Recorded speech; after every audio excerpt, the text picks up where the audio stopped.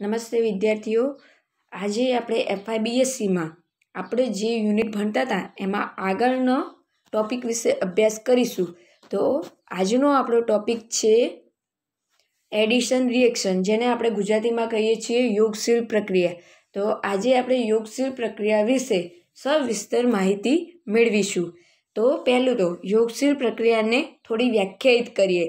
તો વ્યાખ્યાયિત કઈ રીતે કરી શકાય? તો કે યોગશીલ પ્રક્રિયા માટે સૌ પ્રથમ તો એવા સંયોજન કે કાર્બન કાર્બન અથવા તો કાર્બન ઓક્સિજન અથવા તો કાર્બન નાઇટ્રોજન કે કાર્બન સલ્ફર જેમના વચ્ચે દ્વિબંધ કે ત્રિબંધ ધરાવતા હોવા જોઈએ, એટલે કે અસંતૃપ્ત સંયોજનો હોવા જોઈએ, અને જેમને બીજા કોઈ પ્રક્રિયક જેમ કે હાઇડ્રોજન H2 એટલે કે એમના H2 એટલે H બંધ H બરાબર, જે એમની સાથે પ્રક્રિયા કરી અને એક જ નિપજ આપે, જે ઘટનાને આપણે શું કહીશું? યોગશીલ પ્રક્રિયા. તો આમાં થશે શું? તો નીચે જુઓ, પ્રક્રિયા મેં દર્શાવી છે કે ડબલ બોન્ડ ધરાવતા કાર્બન જ્યારે હાઇડ્રોજન સાથે પ્રક્રિયા કરે ત્યારે આલ્કિનમાંથી આલ્કેન નિપજ આપે. જો આલ્કાઇન લો તો નિપજ મળશે આલ્કિન, અને ફરી એનું હાઇડ્રોજનેશન થશે ત્યારે આલ્કેન મળે. આ યાદ રાખવાનું, બરાબર? કારણ કે પ્રક્રિયા હંમેશા તબક્કાવાર થાય. હવે યોગશીલ પ્રક્રિયા 3 રીતે થઈ શકે છે. એની સંભાવના 3 પ્રકારની હોઈ શકે. એક, ઇલેક્ટ્રો અનુરાગી યોગશીલ પ્રક્રિયા, બીજી કેન્દ્ર અનુરાગી યોગશીલ પ્રક્રિયા, અને ત્રીજી મુક્ત મૂલક યોગશીલ પ્રક્રિયા. જો ઇલેક્ટ્રો અનુરાગી પ્રક્રિયક ભાગ લે તો તેને યોગ કઈ કહેવાશે? ઇલેક્ટ્રો અનુરાગી યોગશીલ પ્રક્રિયા. જો કેન્દ્ર અનુરાગી પ્રક્રિયક ભાગ લે તો એને કેન્દ્ર અનુરાગી યોગશીલ પ્રક્રિયા કહેવાય, અને જો મુક્ત મૂલક પ્રક્રિયકો ભાગ લે તો તેને શું કહીશું? મુક્ત મૂલક યોગશીલ પ્રક્રિયા. હવે કયા કયા પદ છે ઘટકો જે ઇલેક્ટ્રો અનુરાગી તરીકે વર્તે, કેન્દ્ર અનુરાગી તરીકે વર્તે અને મુક્ત મૂલક, તે આપણે સૌ પ્રથમ લેક્ચરમાં આપણે લઈ લીધું હતું, તો એ જોઈ લેવું, બરાબર? હવે આપણે પ્રથમ ચાલુ કરીએ ઇલેક્ટ્રો અનુરાગી યોગશીલ પ્રક્રિયા. તો ઇલેક્ટ્રો અનુરાગી યોગશીલ પ્રક્રિયા કોને કહેવાય? તો કે જે પણ કાર્બન કાર્બન દ્વિબંધ ધરાવતા આલ્કિન સંયોજનો હોય તેમાં આલ્કિનના પાઈ બંધ જે ઇલેક્ટ્રોન વાદળ હોય તે તરફ ઇલેક્ટ્રો અનુરાગી પ્રક્રિયક શું થશે? આકર્ષણ પામશે, અને તેમાંથી પાઈ બંધને તોડી અને સિંગલ બોન્ડમાં કન્વર્ટ કરી અને નિપજ આપે. એ નિપજ શું બનશે?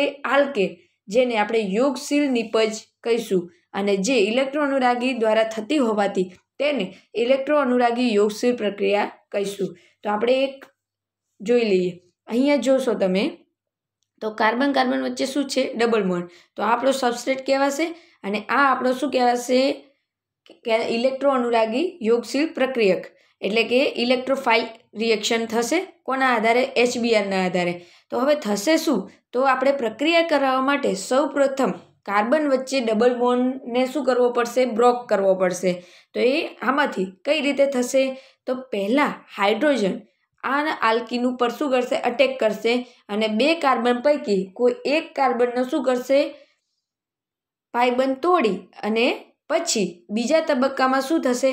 તો ઘટના શું થશે કે જ્યારે હાઇડ્રોજન એના પર અટેક કરશે ત્યારે એ બંને કાર્બન પૈકી એક કાર્બન ઉપર જોડાઈ અને પાઇબંધને સિગ્મા બંધમાં કન્વર્ટ કરશે, અને બંને કાર્બન ઉપર વીજભાર એટલે કે દ્વિધ્રુવીય કરશે. એક કાર્બન ઉપર ઋણ વીજભાર હશે અને એક કાર્બન ઉપર ધન વીજભાર હશે. તો જે કાર્બન ઉપર ઋણ વીજભાર પ્રસ્થાપિત થશે તેના ઉપર હાઇડ્રોજન જોડાશે, અને ત્યારબાદ બ્રોમિન એ ધન વીજભારિત કાર્બન ઉપર જોડાશે. એનું કારણ તો આમાં હાઇડ્રોજનનો શું ભાગ છે?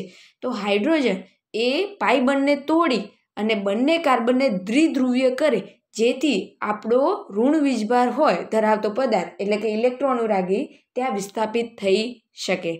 તો આ ઘટનાને શું કહેવાય છે? Electrophilic addition reaction.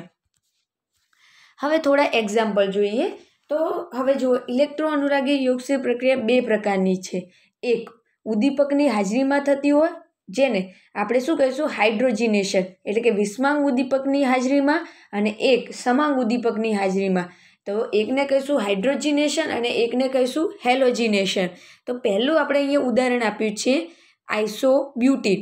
તો આઇસોબ્યુટીનમાં પ્રક્રિયા કોના વચ્ચે થશે? આઇસોબ્યુટીન અને H2 વચ્ચે, જેમાં પ્લેટિનમ શું કરશે? પોતાનું સપાટી પૂરી પાડશે કે જ્યાં પ્રક્રિયા આપણી થશે. તો હવે 2 હાઇડ્રોજન પૈકી એક હાઇડ્રોજન સૌપ્રથમ અટેક કરી અને પાઈ બંધને તોડીને એને શેમાં કન્વર્ટ કરશે? સિગ્મા બંધમાં. અને બીજા કાર્બન ઉપર શું જોડાશે? બીજો હાઇડ્રોજન. તો એમાંથી આપણને શું મળશે? આઇસોબ્યુટેન. બરાબર. તો તમે અહીંયા જોશો કે એક કાર્બન પર શું જોડાયેલું છે? હાઇડ્રોજન. અને બીજા કાર્બન પર બીજો હાઇડ્રોજન જોડાયેલો છે. હંમેશા ધન વીજભારિત ધરાવતો હાઇડ્રોજન પહેલો અટેક કરશે અને ત્યારબાદ જ ઋણ વીજભારિત જોડાશે. હવે આવી નિપજ મળવાની શક્યતા 2 થઈ જાય. કેમ? કારણ કે પાઈ બંધ પહેલા અને બીજા કાર્બન વચ્ચે હોય છે. એટલે હાઇડ્રોજન કાં તો પહેલા કાર્બન ઉપર જોડાય કાં તો બીજા. પરંતુ બીજા કાર્બન ઉપર જોડાવાની નિપજની પ્રમાણ 95% વધારે હોય છે. બરાબર. હવે જોઈએ બીજું એક્ઝામ્પલ. તો આપણું બીજું એક્ઝામ્પલમાં તમે જોશો કે હવે પ્રક્રિયા કોના વચ્ચે કરવામાં આવે છે? તો આમાં ઉદ્દીપક કયો લીધો છે? Carbon tetrachloride. અને હવે શું આપણે લીધો છે? હેલાઇડ. શું લીધો છે? હેલાઇડ. તો આમાં આપણે ઉદાહરણ શું લીધું છે? 1,2. શું લીધું છે? 1,2 પ્રોપીન.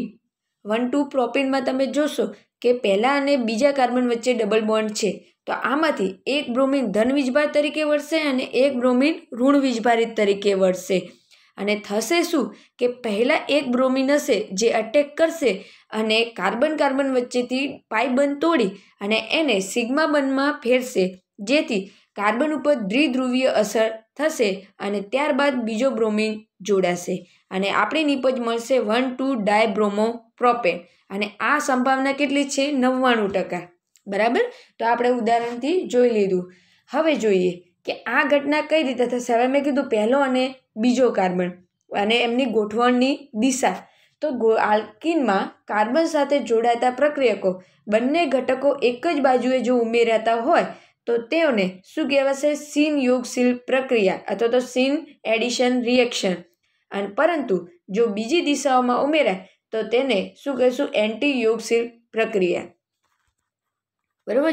ધારો કે આલ્કીન લીધો છે અને ઈ એટલે આપણો શું હશે? ઇલેક્ટ્રો અનુરાગી પ્રક્રિયક. પરંતુ તેની સાથે વાય કેમ લીધો છે? તો આપણને ખબર છે કે ઈ ઉપર વીજભાર હોય એનાથી વિરુદ્ધ વીજભારવાળો એની સાથે જોડાયેલો જે વાય એ સૌ પ્રથમ અટેક કરી અને પાઈ બંધ તોડશે અને ત્યારબાદ જ ઈ ગોઠવાઈ શકે. બરાબર. જેમ કે HBr હોય તો એમાં Br એ ઈ કહેવાશે અને વાય એ શું કહેવાશે? H. આટલું ધ્યાનમાં રાખવાનું. હવે જો ઈ અને વાયની દિશા જો એક જ દિશામાં હોય, જેને તમે સાદી ભાષામાં સીસ કહેતા હતા, તો એ ઘટનામાં જોડે તો એને શું કહેવાય? સિન યોગશીલ અથવા તો સિન એડિશન. અને જો એ એકબીજાથી વિરુદ્ધ દિશામાં ગોઠવાય તો એને શું કહેવાય? એન્ટી અથવા તો ટ્રાન્સ અથવા તો એને શું કહેવાશે? Anti addition. બરાબર. આટલું યાદ રહી ગયું. હવે મેં આગળ વાત કરી હતી કે હાઇડ્રોજિનેશન અને હેલોજિનેશન પ્રક્રિયા.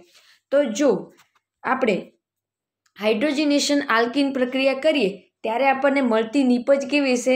સિન હશે. જેમાં શું થશે? તો કે આલ્કીનનું ઉદ્દીપક હાઇડ્રોજિનેશન રીતે એને શું કહેવાશે? સિન યોગશીલન પ્રક્રિયા. બરાબર. એટલે કે હાઇડ્રોજિનેશન ઓફ આલ્કીનને બીજું એ શું કહી શકાય? Syn addition reaction. જેમાં કાર્બનિક દ્રાવકોમાં અદ્રાવ્ય પદાર્થો જેવા કે પ્લેટિનમ, પીડી, આરયુ, RH કે રેની નિકલ જેવા વિસ્માંગ ઉદ્દીપકની સપાટી પર. હવે વિસ્માંગ ઉદ્દીપક કોને કહેવાય? તો આપણે ધારો કે જે પદાર્થ લઈએ એ ધન હોય તો એની સાથે બીજો લીધો એ પ્રવાહી હોય તો એમને શું કહેવાય? વિસ્માંગ કહેવાય. કે જેમાં ઉદ્દીપક અને પ્રક્રિયક બંનેનું માધ્યમ કેવું હોય? જુદું જુદું. બરાબર. હવે જુઓ, આપણે ધારો કે વિસ્માંગ ઉદ્દીપક એટલે એ ઘન લીધો છે અને જેના પર હાઇડ્રોજન વાયુ એટલે એ કેવો છે? વાયુ. તો બંને કેવા હે? એમના સ્વભાવ કેવા છે? ગુણધર્મ જુદા જુદા, જેથી એમને વિસ્માંગ ઉદ્દીપન કહેવાય. હવે એમાં શું થશે? હાઇડ્રોજન વાયુનું પ્લેટિનમ હે એ શું કરશે? અધિશોષણ કરશે અને અધિશોષિત થયેલા H2ના બંને હાઇડ્રોજન પરમાણુ આલ્કીનના પાઈ ઇલેક્ટ્રોન વાદળ એક જ બાજુથી દાખલ થઈ શકે, જેથી એને શું કહેવાય છે? સિન યોગશીલન પ્રક્રિયા. એટલે હાઇડ્રોજિનેશનમાં યાદ રાખવાનું, હંમેશા એક જ દિશામાં હાઇડ્રોજન દાખલ થઈ શકે, બીજી દિશામાં થશે નહીં. અને એ શું કરશે? પાઈ બંધ તોડશે અને પછી બીજો હાઇડ્રોજન દાખલ થશે. તો નીચે એક ઉદાહરણ આપેલું, તમે કોઈ પણ ઉદાહરણ લઈ શકો, ખાલી પ્રોસેસ તમારે યાદ રાખવાની છે. હવે બીજી પ્રક્રિયા જોઈએ, હેલોજિનેશન ઓફ આલ્કીન. એટલે કે જ્યારે હેલોજન સાથે આપણે રાસાયણિક પ્રક્રિયા કરીએ ત્યારે એન્ટી યોગશીલન પ્રક્રિયા મળે. તો ઇથિલિનને જ્યારે બ્રોમિનના 2 અણુ સાથે પ્રક્રિયા કરવામાં આવે કાર્બન ટેટ્રાક્લોરાઇડ સાથે, એટલે કે આલ્કિન કાર્બન ટેટ્રાક્લોરાઇડના દ્રાવકમાં Br2 કે Cl2ના દ્રાવણ સાથે એન્ટીઓક્સિડન્ટ પ્રક્રિયા આપશે. એટલે બંને બ્રોમિનનો વીજભાર એક સાથે હોવાથી એ વિરુદ્ધ દિશામાં ગોઠવાશે. પરંતુ આયોડિનમાં આ ઘટના જોવા મળશે નહીં, કારણ કે આયોડિન એ ઓછો ક્રિયાશીલ છે.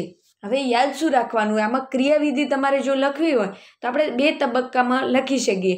પહેલાં શું થશે તો કે કોઈપણ આલ્કિનના પાઈ બંધ ઇલેક્ટ્રોનનું વાદળ દ્વારા હેલોજનનું કાઉન્ટર શું થશે? ધ્રુવીભવન થશે, જેનાથી એક બ્રોમિન ધન બની જશે અને એક બ્રોમિન શું બની જશે? ઋણ. તો એમાંથી જે ધન વીજભાર ધરાવતો બ્રોમિન એ શું કરશે? પાઈ બંધ ઇલેક્ટ્રોન સાથે જોડાય અને ત્યાં શું બનાવશે? સંકીર્ણ બનાવશે. અને એ સંકીર્ણ ધીમે ધીમે શેમાં કન્વર્ટ થઈ જશે? વિભાજન થઈને સિગ્મા સંકીર્ણમાં. અને ત્યારબાદ બીજો બ્રોમિન ત્યાં જઈને જોડાશે અને રાસાયણિક પ્રક્રિયાથી નિપજમાં પરિણમશે અને આપણને ટ્રાન્સ અથવા તો એન્ટી નિપજ મળશે. એ જ ઘટના સાઇનમાં થશે. તમે કોઈ પણ ઉદાહરણ લઈ શકો. બરાબર? તો આજે આપણે ઇલેક્ટ્રો અનુરાગી યોગશીલ પ્રક્રિયા લીધી. નેક્સ્ટ લેક્ચરમાં આપણે કેન્દ્ર અનુરાગી યોગશીલ પ્રક્રિયા અને વિલોપન પ્રક્રિયા વિશે અભ્યાસ કરીશું. તો થેન્ક યુ.